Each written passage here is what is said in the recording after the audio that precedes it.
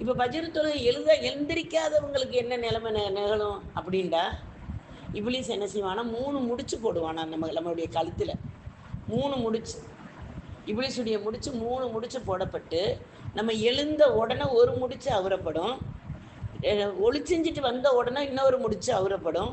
நம்ம தக்பீர் சொல்லிடும் இல்லையா, அல்லாஹ் பண்ண கையெழுத்து தக்பீர் சொன்ன உடனே 3வது முடிச்சும் அவுக்கப்படும். அப்போ அவன் என்ன செய்வான், கை செய்தப்பட்டவனாக அந்த இடத்தை விட்டு இந்த மனிதர்கிட்ட நம்ம இருக்க முடியாதுன்னு விலகுவான். ஆனால் எந்திரிக்காத மனிதருக்கு என்ன நடக்கும்னா, அவன் அந்த எந்திரிக்காத மனிதருடைய காதை அவன் கழிவறையாக மாற்றிக்கொள்ளக்கூடியவனாக இருப்பான். சிறுநீர் இருப்பானா, நம்ம பிள்ளைங்க சிறுநீர் பட்டுட்டாலே நஜீஸ். நம்ம என்ன செய்வோம், கழுவிட்டு தான் தொழுகைக்கு போவோம். அப்போ அவனுடைய சிறுநீருங்கிறது எவ்வளோ பெரிய அசுத்தமானது. அதை என்ன செய்வானா, காதில்